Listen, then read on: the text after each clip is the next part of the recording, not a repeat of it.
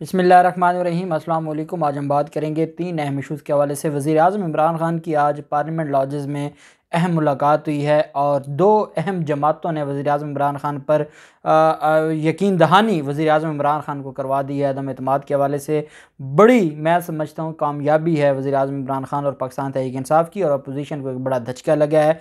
Opposition फिर अपनी औकात पर आ गई है और अदम एतमाद छोड़ के अब वो फिर लॉन्ग मार्च की तरफ आ गए हैं, और जो उन्होंने लॉन्ग मार्च का कहा था अब उनको समझ आ गई कि अदम एतमाद उनके बस की बात नहीं है। इस वजह से वो अब एहतजाज की तरफ, एहतजाजी सियासत का ऐलान कर दिया है। उसके ऊपर भी हम बात करेंगे। और आज एक अनोखा हुआ जब एक टीवी प्रोग्राम में मुस्लिम लीग नून के रहनुमा ने ही मिरासी बोल दिया हमज़ा शहबाज को, और बेसिकली वो एक मिसाल दे रहे थे, लेकिन फिर वो मामला मीडिया पर आ गया, सोशल मीडिया पर आ गया, और साथ हमज़ा शहबाज अगले वज़ीर आला पंजाब होंगे।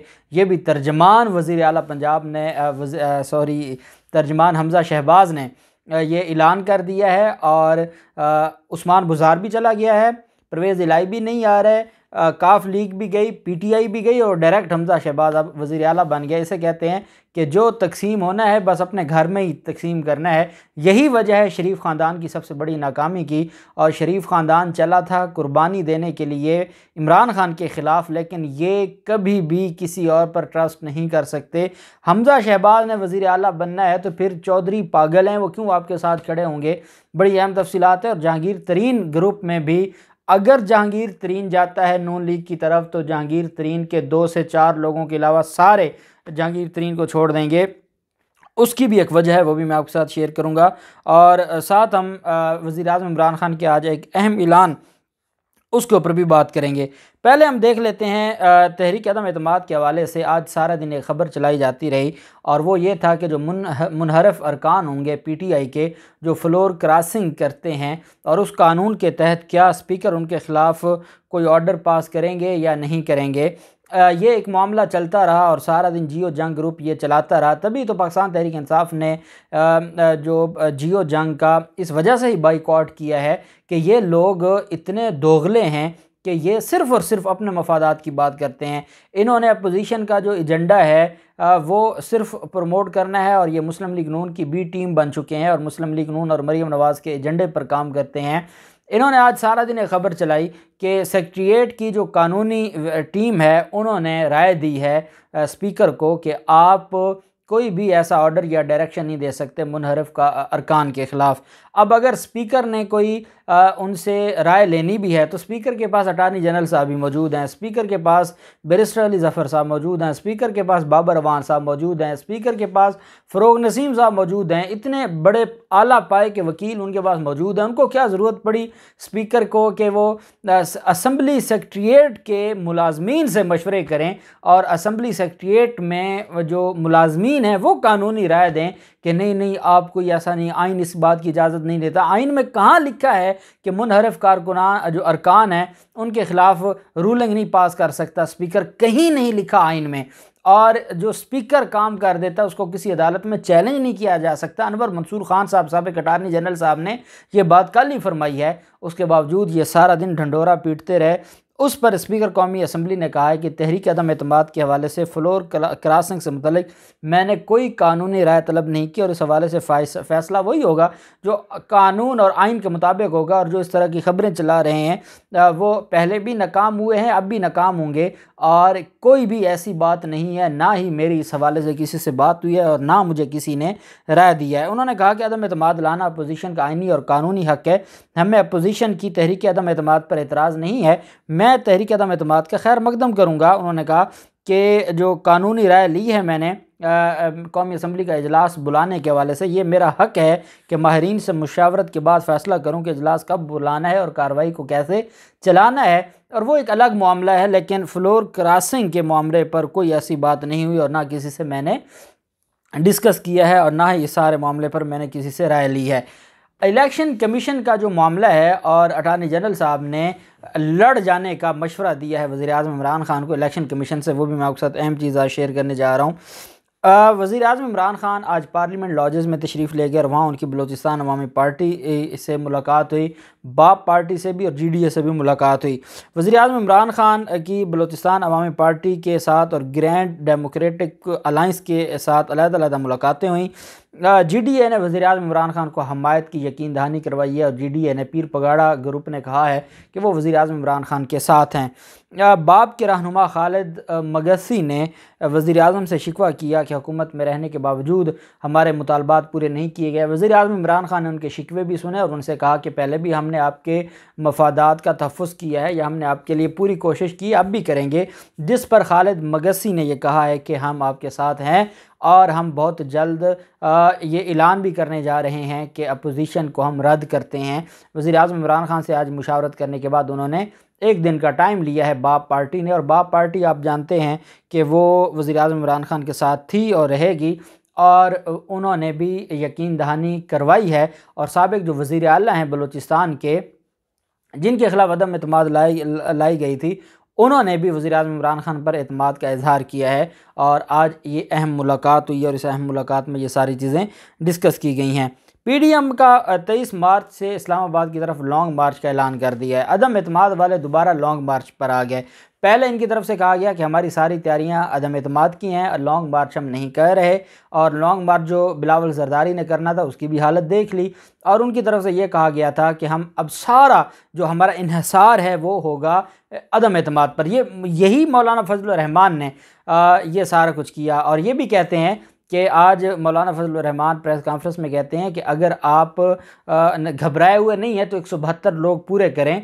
भाई अदम एतमाद आप लेकर आ रहे हैं, 172 आपने पूरे करने हैं कि इमरान खान ने पूरे करने हैं? खुदा का खौफ करें, कौम को बेवकूफ़ समझते हैं।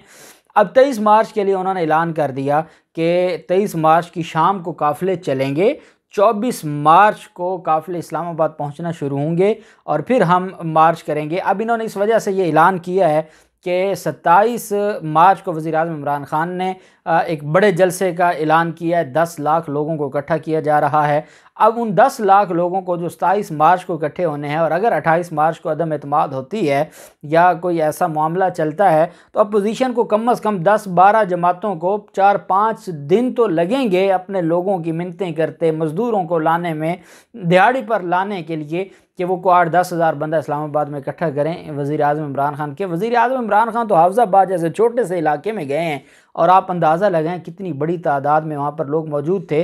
और जिन लोगों ने आज सर्वे किए कि प्राइवेट एक सर्वे ऑर्गेनाइजेशन है, उन्होंने जो रिपोर्ट जारी की है, 64 तो कह रहे हैं कि हुकूमत को अपनी मुद्दत पूरी करनी चाहिए और 80% कहते हैं कि अदम एतमाद नहीं होनी चाहिए। तो वज़ीर आज़म इमरान ख़ान के तो हक़ में अवाम ने फ़ैसला दे दिया है। वज़ीर आज़म इमरान ख़ान के साथ पहले जितनी अवाम थी वो आज भी उतनी अवाम है। तो वज़ीर आज़म इमरान ख़ान तो अपने ज़ोर बाजू पर आए थे और अब दोबारा वो अपने ज़ोर बाजू पर अपनी हुकूमत को बचाएंगे भी आइन और कानून के मुताबिक। अपोजिशन की तरफ से आज शहबाज शरीफ ने इशाइया दिया हुआ था और उस इशाइया में फजल रहमान और आसिफ जरदारी भी थे, और वहाँ पर ऐलान किया गया और कहा गया कि 24 को इस्लामाबाद हम पहुँचेंगे, और ये नहीं पता कि इस्लामाबाद में हम कितने दिन रहेंगे, लेकिन हम लॉन्ग मार्च करेंगे और अब हम लॉन्ग मार्च के ज़रिए इमरान खान की हुकूमत को गिराएंगे, क्योंकि नंबर हमारे पास पूरे नहीं है, हमारे तो अपने लोग नहीं है, तो हम क्या इमरान खान को की हुकूमत गिराएंगे।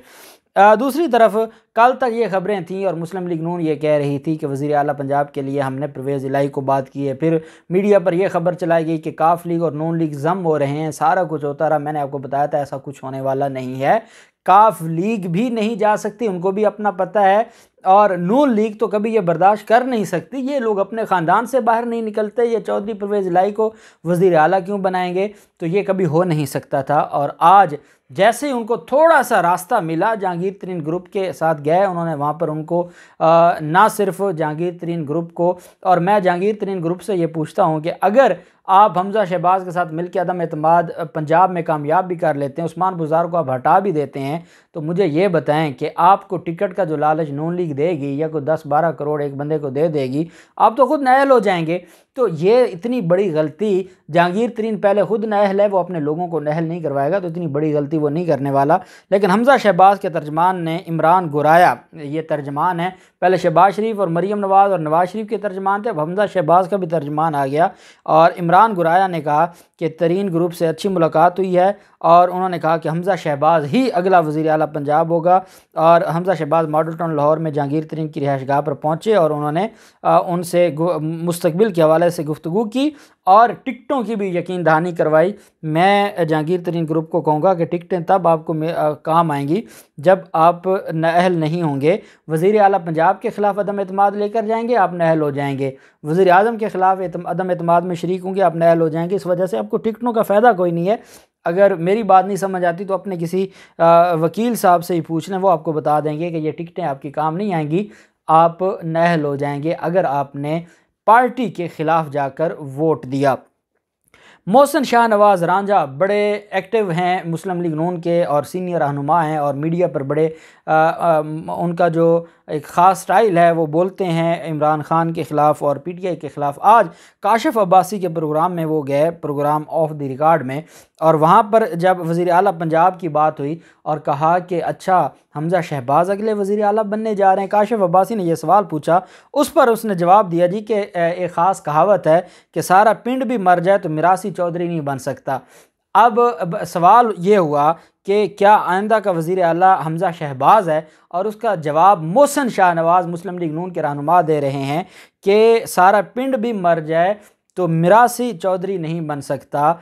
तो उसका मतलब ये हुआ कि वो मिरासी किसको कह रहे हैं, वो हमज़ा शहबाज को कह रहे हैं, और वो इस वजह से कह रहे हैं कि वो मरीम नवाज़ ग्रुप के लोग हैं, वो नहीं चाहते या वो नहीं समझते हमज़ा शहबाज को वज़ीर आला बनना चाहिए। और जब ये सारा मामला हुआ, ये उन्होंने कहा कि वज़ीर आला पंजाब कौन होगा, इसका फ़ैसला सेक्रेटरी जनरल करेंगे, और सेक्रेटरी जनरल कौन है, एहसन इकबाल इसका फ़ैसला करेंगे। अब एहसन इकबाल की भी औकात देखें कि वो हमज़ा शहबाज के मुकाबले में फ़ैसला करेंगे।